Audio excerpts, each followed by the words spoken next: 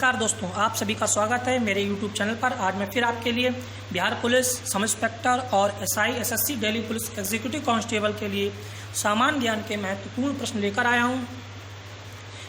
मैं इससे पहले भी इस विषय पर वीडियो बना चुका हूं। जो व्यूअर नए हैं वो मेरे चैनल पर जाकर इससे पहले के वीडियो देख सकते हैं।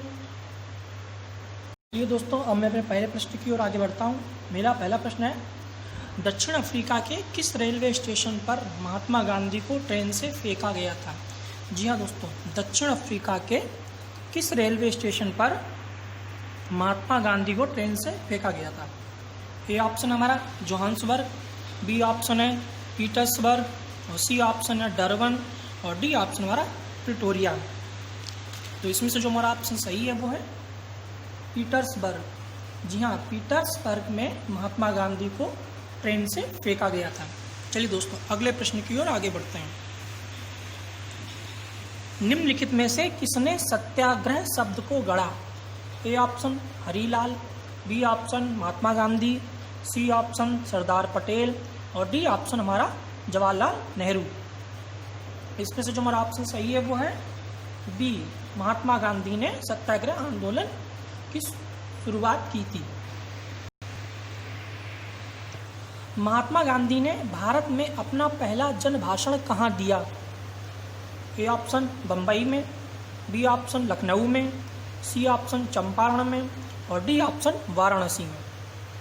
इसमें से जो हमारा ऑप्शन सही है वो है डी, वाराणसी में। महात्मा गांधी ने भारत में अपना पहला जन भाषण वाराणसी में दिया। चलिए दोस्तों, अगले प्रश्न की ओर आगे बढ़ते हैं।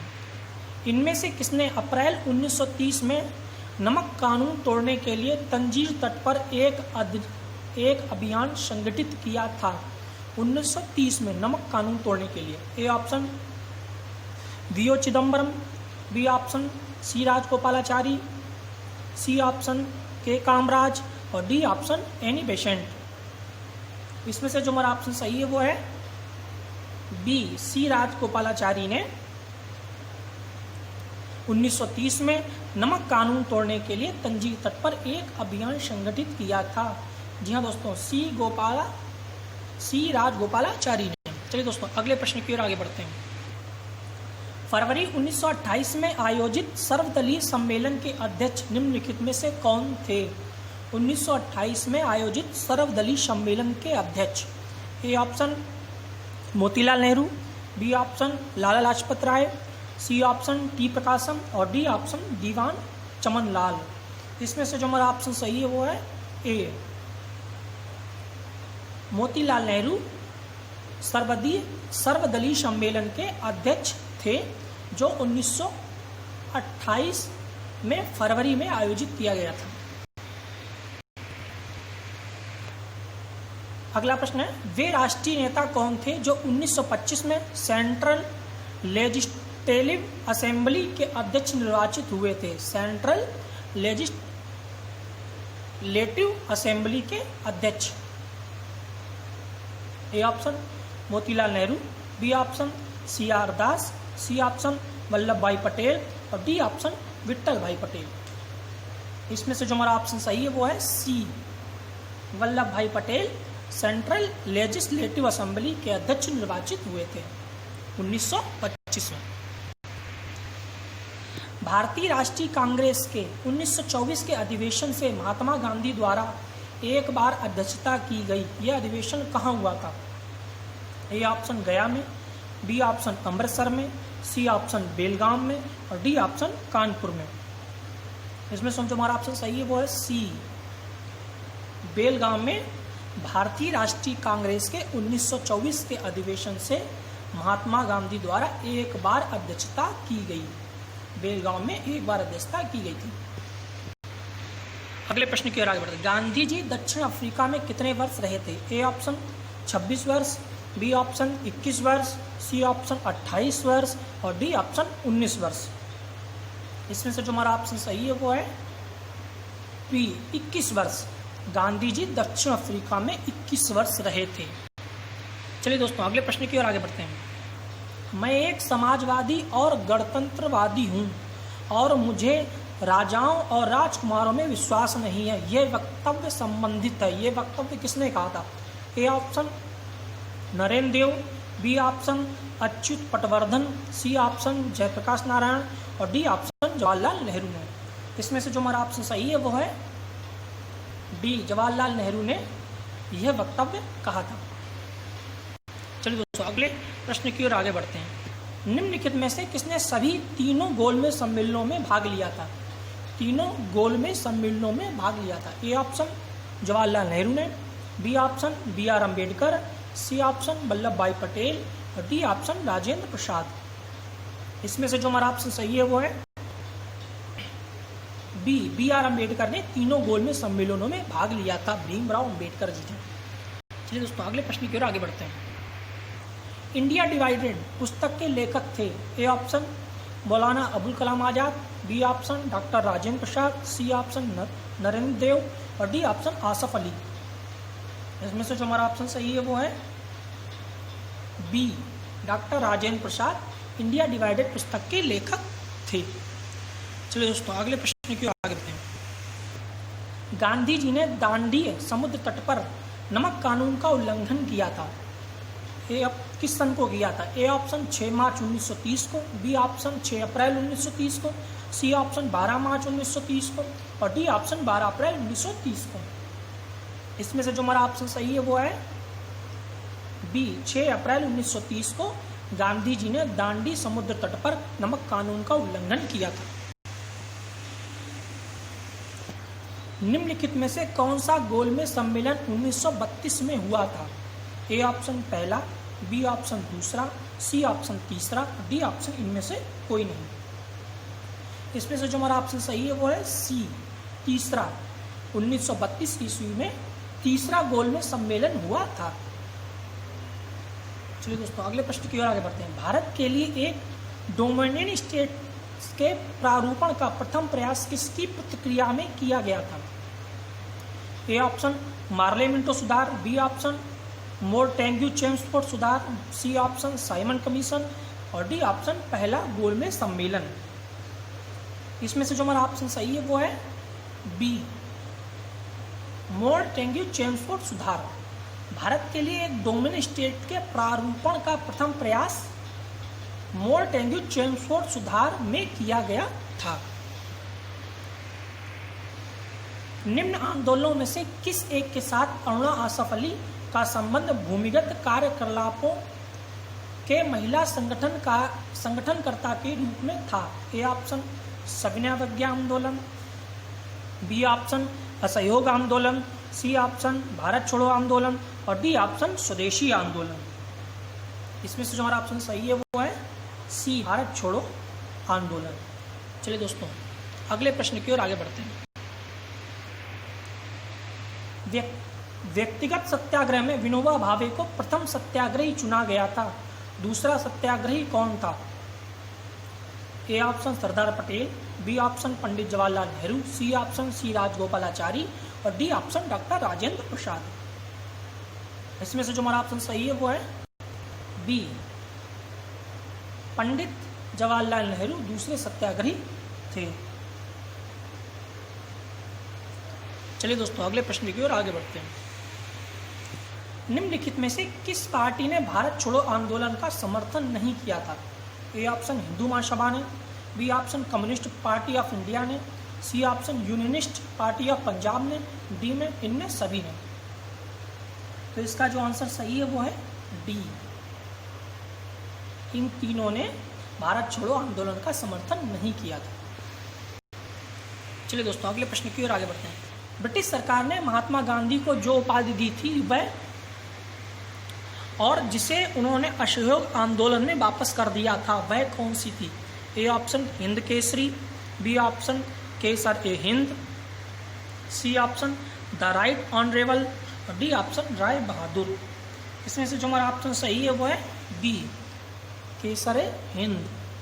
जी हाँ, केसर ए हिंद नामक उपाधि ब्रिटिश सरकार ने महात्मा गांधी को दी थी जिसे उन्होंने असहयोग आंदोलन में वापस कर दिया था। चलिए दोस्तों अगले प्रश्न की ओर आगे बढ़ते हैं। वह व्यक्ति जिसने 4 अप्रैल 1919 को दिल्ली की जामा मस्जिद के प्रवचन मंच से हिंदू मुस्लिम एकता पर भाषण दिया था वे थे, कौन थे? A option Mahatma Gandhi, B option Madan Mohan Malaviya, C option Shri Sadanand और डी ऑप्शन लाला लाजपत राय।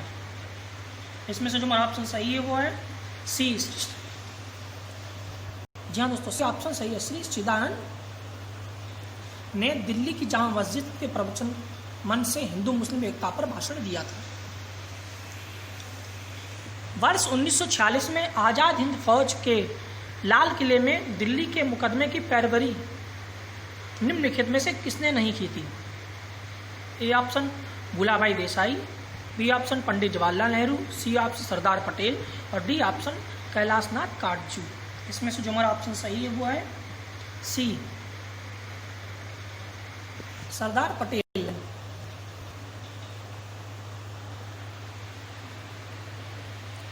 चलिए दोस्तों, अगले प्रश्न की ओर आगे बढ़ते हैं। भारत छोड़ो आंदोलन कब प्रारंभ हुआ? ए ऑप्शन 9 अगस्त 1942 को, बी ऑप्शन 10 अगस्त 1942 को, सी ऑप्शन 11 अगस्त 1942 को और डी ऑप्शन 23 अगस्त 1942 को। इसमें से जो हमारा ऑप्शन सही है वो है ए, 9 अगस्त 1942 को भारत छोड़ो आंदोलन प्रारंभ हुआ। जयप्रकाश नारायण किस पार्टी से जुड़े हुए थे? A option Justice Party, B option Communist Party, C option Socialist Party और डी ऑप्शन किसान सभा। इसमें से जो हमारा ऑप्शन सही है वो है सी, जयप्रकाश नारायण सोशलिस्ट पार्टी से जुड़े हुए थे। चलिए दोस्तों, अगले प्रश्न की ओर आगे बढ़ते हैं। 1942 के आंदोलन में डॉक्टर राजेंद्र प्रसाद को किस जेल में कैद रखा गया था? A option Bankipur jail, B option Hazaribagh jail, C option कैंट जेल और डी ऑप्शन भागलपुर जेल। इसमें से जो हमारा ऑप्शन सही है वो है ए। जी हाँ दोस्तों, ए ऑप्शन सही है। बांकीपुर जेल में डॉक्टर राजेंद्र प्रसाद को 1942 के आंदोलन में रखा गया था। 1928 में हिंदुस्तान सोशलिस्ट रिपब्लिक एसोसिएशन की स्थापना कहाँ हुई थी? A option Kanpur, B option Delhi, C option Allahabad और डी ऑप्शन लाहौर। इसमें से जो हमारा ऑप्शन सही है वो है बी, दिल्ली में हुई थी। जी हाँ दोस्तों, दिल्ली में, B option. 1928 socialist republic association की स्थापना दिल्ली में 1928 में हुई थी। चलिए दोस्तों, अगले प्रश्न की ओर आगे बढ़ते हैं। गांधी जी के निम्नलिखित अनुयायियों में से कौन पेशे से एक शिक्षक थे? ए ऑप्शन ए.एन. Sinha, B option Brajkishore Prasad, C option जे.बी. कृपलानी और डी ऑप्शन राजेंद्र प्रसाद। इसमें से जो हमारा ऑप्शन सही है वो है सी, जे.बी. कृपलानी गांधी जी के उन अनुयायियों में से थे जो पेशे से एक शिक्षक थे। चलिए दोस्तों, अगले प्रश्न की ओर आगे बढ़ते हैं। भारतीय स्वतंत्रता संघर्ष के दौरान निम्नलिखित में से किसने फ्री इंडियन लीजन नामक सेना बनाई? ए ऑप्शन लाला हरदयाल ने, बी ऑप्शन रास बिहारी बोस ने, सी ऑप्शन सुभाष चंद्र बोस ने और डी ऑप्शन बी.डी. सावरकर ने। इसमें से जो हमारा ऑप्शन सही है वो है सी, सुभाष चंद्र बोस ने भारतीय स्वतंत्रता संघर्ष के दौरान फ्री इंडियन लीजन नामक सेना बनाई। 1932 के पूना समझौते के साथ किसका संबंध सीधा था? ए ऑप्शन भारतीय महिलाएं, बी ऑप्शन भारतीय मजदूर वर्ग, सी ऑप्शन भारतीय कृषक वर्ग और डी ऑप्शन भारतीय दलित वर्ग। इसमें से जो हमारा ऑप्शन सही है वो है डी, भारतीय दलित वर्ग। 1932 के पूना समझौते के साथ भारतीय दलित वर्ग का सीधा संबंध था। पुस्तक the story of the integration of the Indian states किसने लिखी? A option BN. राव ने, बी ऑप्शन सी राजगोपालाचारी ने, सी ऑप्शन कृष्ण मेनन ने और डी ऑप्शन वी.पी. मेनन। इसमें से जो हमारा ऑप्शन सही है वो है वी.पी. मेनन ने the story of the integration of the Indian state लिखी। चलिए दोस्तों, अगले प्रश्न की ओर आगे बढ़ते हैं। किसने कहा था मेरी कीट पर किया जाने वाला प्रहार ब्रिटिश साम्राज्य के ताबूत में एक कील सिद्ध होगी? A option Lala Lajpat Rai, B option Bhagat Singh, C option Chandrashekhar Azad और डी ऑप्शन बाल गंगाधर तिलक। इसमें से जो हमारा ऑप्शन सही है वो है ए ऑप्शन लाला लाजपत राय ने कहा था, मेरी पीठ पर किया जाने वाला प्रहार ब्रिटिश साम्राज्य के ताबूत में एक कील सिद्ध होगी। तीसरा क्वेश्चन, किस भारतीय राष्ट्रवादी नेता ने जर्मनी और ब्रिटेन के बीच युद्ध को ऐसे ईश्वर प्रदत्त अवसर के रूप में देखा जिसमें भारतीयों को उस स्थिति का अपने हित में लाभ उठाने का मौका मिला? ए ऑप्शन सी राजगोपालाचारी ने, बी ऑप्शन एम ए जिन्ना ने, सी ऑप्शन सुभाष चंद्र बोस ने और डी ऑप्शन जवाहरलाल नेहरू ने। इसमें से जो हमारा ऑप्शन सही है वो है सी सुभाष चंद्र बोस ने जर्मनी और ब्रिटेन के बीच युद्ध को ऐसे ईश्वर प्रदत्त अवसर के रूप में देखा जिसमें भारतीयों को उस स्थिति का अपने हित में लाभ उठाने का मौका मिला था। चलिए दोस्तों अगले प्रश्न की ओर आगे बढ़ते हैं। पीडियाट्रिक्स निम्न से किसके अध्ययन से संबंध है? ए ऑप्शन अस्थि रोग से, बी ऑप्शन हृदय रोग से, सी ऑप्शन शिशु रोग से और डी ऑप्शन नेत्र रोग से। इसमें से जो हमारा ऑप्शन सही है वो है सी शिशु रोग से। पीडियाट्रिक्स इसका संबंध शिशु रोग से है। चलिए दोस्तों अगले प्रश्न की ओर आगे बढ़ते हैं। विज्ञान की वह शाखा न्यूरोलॉजी से कौन सा अंग का अध्ययन किया जाता है? न्यूरोलॉजी से कौन से अंग का अध्ययन किया जाता है? ए ऑप्शन स्नायु तंत्र का, बी ऑप्शन सीने का, सी ऑप्शन आंखों का और डी ऑप्शन निपुल्स का। इसमें जो सही है वो है ए स्नायु तंत्र का अध्ययन न्यूरोलॉजी के अंतर्गत किया जाता है। चलिए दोस्तों अगले प्रश्न की ओर आगे बढ़ते हैं। रेशम पालन कहलाता है? A option sericulture, B option apiculture, C option pisciculture, D option इनमें से कोई नहीं। तो इसमें से जो हमारा ऑप्शन सही है वो है ए सेरीकल्चर। रेशम पालन सेरीकल्चर कहलाता है। चलिए दोस्तों अगले प्रश्न की ओर आगे बढ़ते हैं। मधुमक्खियों का अध्ययन किया जाता है? ए ऑप्शन एपीकल्चर में, बी ऑप्शन सेरीकल्चर में, सी ऑप्शन हॉर्टिकल्चर में, डी ऑप्शन इनमें से कोई नहीं।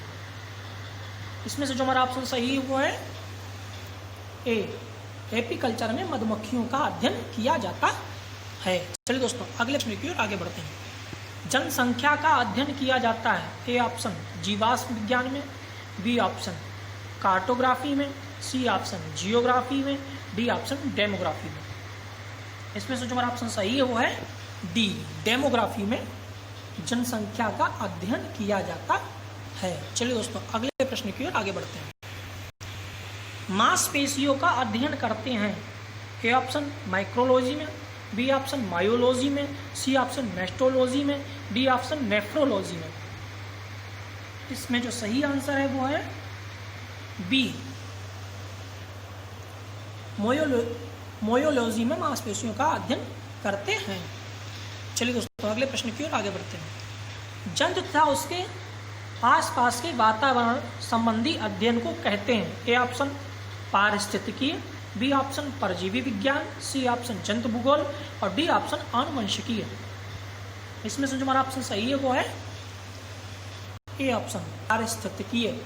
जंतु तथा उसके आसपास के वातावरण संबंधी अध्ययन को पारिस्थितिकीय कहते हैं। चलिए दोस्तों अगले प्रश्न की ओर आगे बढ़ते हैं। जंतु विज्ञान की वह शाखा जिसके अंतर्गत आनुवंशिक लक्षणों तथा उसकी वंशागति का अध्ययन किया जाता है कहलाती है? A option ecology, B option scientology, C option geology और डी ऑप्शन जेनेटिक्स। इसमें से जो हमारा ऑप्शन सही है वो है डी जेनेटिक्स। जंतु विज्ञान की वह शाखा जिसके अंतर्गत आनुवंशिक लक्षणों तथा उसकी वंशागति का अध्ययन किया जाता है वो जेनेटिक्स कहलाती है। जंतु विज्ञान की वह शाखा जिसके अंतर्गत जंतु की बाह्य आकृति एवं बाह्य संरचना का अध्ययन किया जाता है कहलाती है? A option physiology, B option morphology, C option ichthyology और डी ऑप्शन इनमें से कोई नहीं। इनमें जो हमारा ऑप्शन सही है वो है मोर्फोलॉजी। जी हाँ, बी ऑप्शन सही है। मोर्फोलॉजी के अंतर्गत जंतु विज्ञान की जिसके अंतर्गत जंतु की बाह्य आकृति एवं बाह्य संरचना का अध्ययन किया जाता है। चलिए दोस्तों अगले प्रश्न की ओर आगे बढ़ते हैं। मछलियों तथा उनसे संबंधित उद्योगों का अध्ययन कहलाता है? A option helminthology, B option protology, C option ichthyology और डी ऑप्शन मेमोलॉजी। इसमें जो हमारा ऑप्शन सही है वो है सी ऑप्शन सही है। इक्यूथियोलॉजी के अंतर्गत मछलियों तथा उनसे संबंधित उद्योगों का अध्ययन किया जाता है। पंचायत समिति का गठन होता है, ए ऑप्शन ग्राम स्तर पर, बी ऑप्शन प्रखंड स्तर पर, सी ऑप्शन जिला स्तर पर और डी ऑप्शन अनुमंडल स्तर पर। इसमें से जो हमारा ऑप्शन सही है वो है बी, प्रखंड स्तर पर पंचायती समिति का गठन होता है। चलिए दोस्तों अगले प्रश्न की ओर आगे बढ़ते हैं। पंचायती राज त्रिसोपन प्रणाली का प्राथमिक भाग है, ए ऑप्शन पंचायत समिति, बी ऑप्शन जिला पंचायत, सी ऑप्शन ग्राम पंचायत, डी ऑप्शन इनमें से कोई नहीं। इसमें से जो हमारा ऑप्शन सही है वो है सी, ग्राम पंचायत पंचायती राज त्रिसोपन प्रणाली का प्राथमिक भाग है। चलिए दोस्तों अगले प्रश्न की ओर आगे बढ़ते हैं। ग्राम पंचायत का निर्वाचन कराना निर्भर होता है, किस पर निर्भर होता है, ए कलेक्टर पर, बी ऑप्शन राज्य सरकार पर, सी ऑप्शन चुनाव आयोग पर और डी ऑप्शन केंद्र सरकार पर। तो इसमें से जो हमारा सही आंसर है वो है राज्य सरकार पर निर्भर करता है। ग्राम पंचायत का निर्वाचन कराना राज्य सरकार पर निर्भर होता है।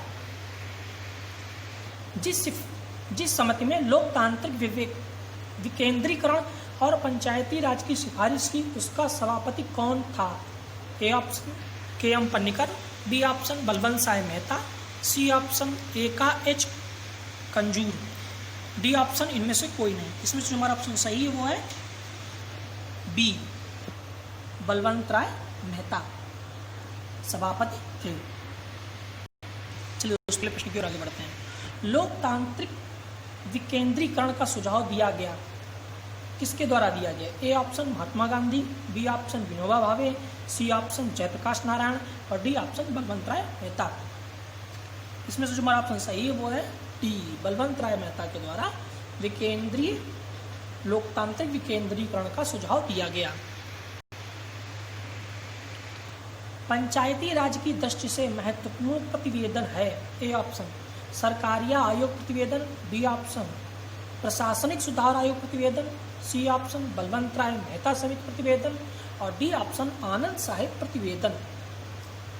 इसमें से जो हमारा ऑप्शन सही है वो है सी, बलवंत राय मेहता समिति प्रतिवेदन।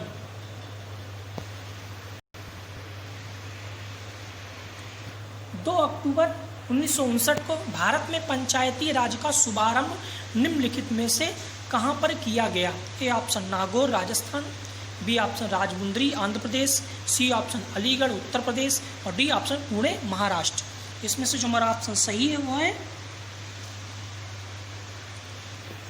ए ऑप्शन नागौर राजस्थान में पंचायती राज का शुभारंभ किया गया 2 अक्टूबर 1959 को। चलिए दोस्तों अगले प्रश्न की ओर आगे बढ़ते हैं। सामुदायिक विकास कार्यक्रम की असफलता का कारण है, ए ऑप्शन धन की कमी, बी ऑप्शन सरकारी कर्मचारियों पर निर्भरता, सी ऑप्शन अशिक्षा और डी ऑप्शन गुटबाजी।